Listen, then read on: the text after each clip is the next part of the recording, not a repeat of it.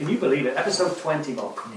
Yeah, Episode 20, and well, today the first episode after the big 10K. Yeah. Big 10K in Calgary, the Sporting Life 10K, Malc. Yep. So right off all I'm going to say is this. I'm going to hand it over to you, okay? All I'm going to say is the personal best I was trying to beat was 42 minutes, and I ran a 45:03.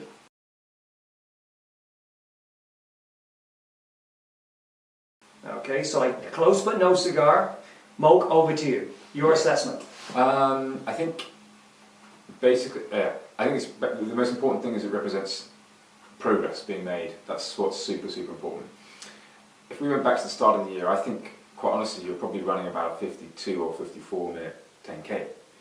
If we went back to January, we don't have a race from then, but I think that's roughly where you were. So we have to look at months later, that you've got down to a 45 minute 10K. Goal is 42. So I'd argue that actually we're quite a long way towards the goal already. Issue is, of course, you get diminishing returns when you start getting close to the 42. So that's where we've got to really put the work in over the next 6 months to try to bridge that last bit, because it will get tough around the 42. But I think 45 this weekend, it was a good time. Okay. I was looking at 45 before as being a good solid finish time. Okay. So you were bang on that, and yeah, to me, from the outside, I thought good run. Okay. No problem at all. A good effort and a good finish time. And also post-run, so it's been a few days since, a little bit of soreness. Yeah. In the calves and the quads. Mm-hmm. And I did my easy run yesterday. A little bit, well, definitely fatigue. I was tired. Yeah. But no, nothing out of the ordinary, nothing weird. So it's always that fine balance, right? Yeah. You push it as hard as you can, and just obviously hope nothing breaks down. And it's that constant tension between racing and then not having something. Yeah, absolutely. So to explain that, when you give the feedback after the race, my job as a coach, I'm interested in differentiating what is just soreness from the race versus what is something more to do with pain and more to do with the problem. Okay. And I'm always curious after a race, after a hard workout, is there anything out of the ordinary, anything that feels weird, that feels like pain, or is on this particular muscle or muscle group? But when you have general soreness, it's like, okay, no problem. That's just post-race or post-workout effect, yeah. I mean, when we look back at the beginning of the year with the injury, yes, which really has affected me for a good 4 months. That ankle. Yeah, I mean that kind of, definitely that kind of slowed things up a bit. But I mean, touch wood, the ankle is basically through the training as well has come through. So I'm pretty happy with that. Yeah.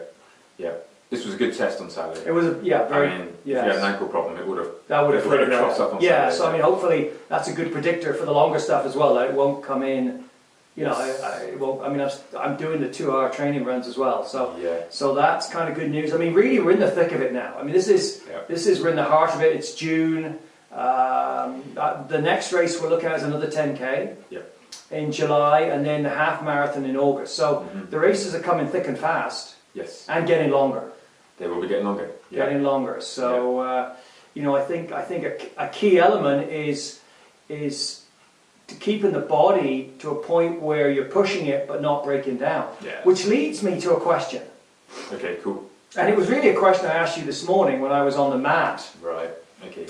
Doing, I think you call it the clam. Is that correct? That particular exercise is clamshell, yeah. The clamshell. And what I actually said to Malc is, Malc, for the last 6 months I've been doing these exercises. Yes. Why? Yes. I have no idea why I was doing them. You just tell me to do them. I do the Jane Fonda, the clamshell, the reverse clamshell, heel lifts. Yep. And to be honest, Malc, I've got no idea why I'm doing them. So what's that all? Because I've never done them before. Right. Yeah. I've never done the Jane Fonda. I've never done the clamshell. Yeah. I've done core work. I've done what I call core work, I guess. A little bit for the abs. But so what do you call this? What is this, strength work, or what do you? how do you term this? Yeah. Stability? What? Yeah, good question. I mean, everyone's got different terminology for it. I actually call it competency training because I like to paint the picture that what we're trying to do is create competent movement. And so. Oh, the other one you can get me to do is a Superman. Yeah, we do the Superman as well. Superman. That's right. So that's a one leg balance, and so yeah, is this all part of the same? Yeah, it's all part of the same, including the one where we The lunge. walking lunge. Yeah. The walking lunge. Yeah. Yeah. Yeah. So what's it all about? What you got me doing this? Yeah. You got me doing the silly walk, right? Yeah. Yeah. So what we're trying to do is we're trying to build a. I mean, I always go back to the car analogy all the time because it's just a really, really easy one to use. We're trying to create a stiff, tight chassis to the car. So when we put horsepower in the engine, we want the car to still be able to handle that. So we don't want the car falling apart or wobbling or going straight on at the corners. So we want to also create a stiff, tight, strong chassis can deliver the horsepower into the ground. That's what we want to basically do. So what we're really doing with these exercises, and they do get mundane after a while, you know, they do kind of get, well, we've been doing this for 6 months. I don't mind that. I have no problem with mundane. Okay. I am the king of mundane. Okay, awesome. Yeah, no. Awesome. Mundane is my middle name. Awesome. Martin Mundane Parnell. I'll write that down. You put that in the next book. Next book. Yeah. Yeah, it's what we're really trying to do is just always keep pace with what is increasing in the workouts. I would probably say from my experience 80-90% of people, they go out, they run faster and faster, they are getting fitter, that's fantastic, but as they put more miles on the body every week, as they run faster, they put higher forces and accelerations through the body. Basically over time things get sort of wobblier and wobblier because the body can't necessarily handle all of that coming at it. So what we try and do is keep pace with that here in the gym by making sure the body stays strong. Well, and you've given me these exercises to do at home. Yeah, which is pretty strange. Yeah, well, it depends. You know, I'm walking around the house doing the lunge and the right. Yeah, it's important because we only have one session a week here, and generally about really optimal is having 3 sessions a week. Yeah. So by giving you exercises at home, we keep the momentum going, so that when you come back here a week later, we're not just going back over old ground. We're able to keep some flow momentum in the training. But I always come back to this car analogy because it's just so easy to use all the time.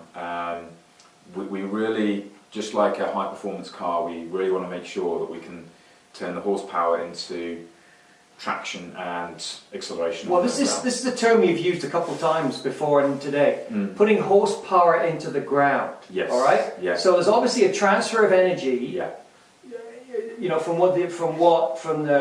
my work into the ground. Yes. So are you saying that with these exercises, it's a more efficient transfer? Yeah. So we're not losing it in other ways. Yes. And again, you could say if I came back to the car again, we could talk about suspension. So there's no point in having a really soft suspension in a high performance sports car.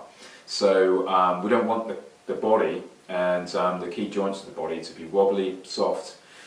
We want it to be actually quite stiff and quite taut because we want to be able to transfer energy as effectively as possible. So you can imagine if you have a wobbly spring, try and transfer energy from one end to the other. You lose. Yeah, basically it's a dampening effect. You dampen the energy transfer. So what we want is when one part of your body, like your upper body, like your arms or something, starts to move and create energy, we want as much of that as possible to be going into the ground. When it comes into the ground, it comes back out again into you. Okay. You receive it back. We want that to transfer as effectively as possible into your body to move your body. When your foot's on the ground, your foot is stationary. For 200, 300 milliseconds, your foot is stationary on the ground. The other foot's doing its thing in the air, but one is stationary. So what's actually happening, it might be counterintuitive to some people, is we're not actually pushing the ground behind us as we run. Okay. Because the foot's stationary, it can't move on the ground. Yeah. What's actually happening is you slingshot your body over the top of your foot. Okay, that's interesting. And, that's an interesting thought. It is like a kind of like a slingshot, like a bow and arrow, and the more energy you can transfer back out of the ground into your torso, the more you can slingshot the body over the foot. So it all comes back to these exercises where we're trying to tighten up all the bolts, all the nuts, to make this a efficient system. Well, the exercises I've been doing, it seems to me that it's very much focused. Right. around the hip.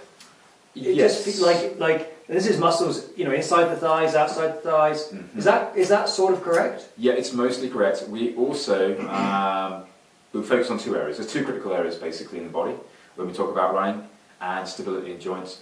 We're talking about the hips and we're talking about the ankles. Both of those are very important. Not one or the other, but both. Hips are and very the important. ankles. Yeah.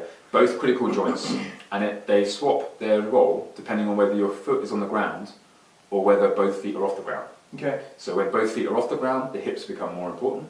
When one foot is on the ground, the ankle joint becomes more important. Okay. So we train stability across both joints. So you'll notice we do the walking lunge here. Yeah. So we're taxing then the hip and the ankle simultaneously. Okay. But what do we do after the walking lunge? We then have a cup of coffee. No, sorry.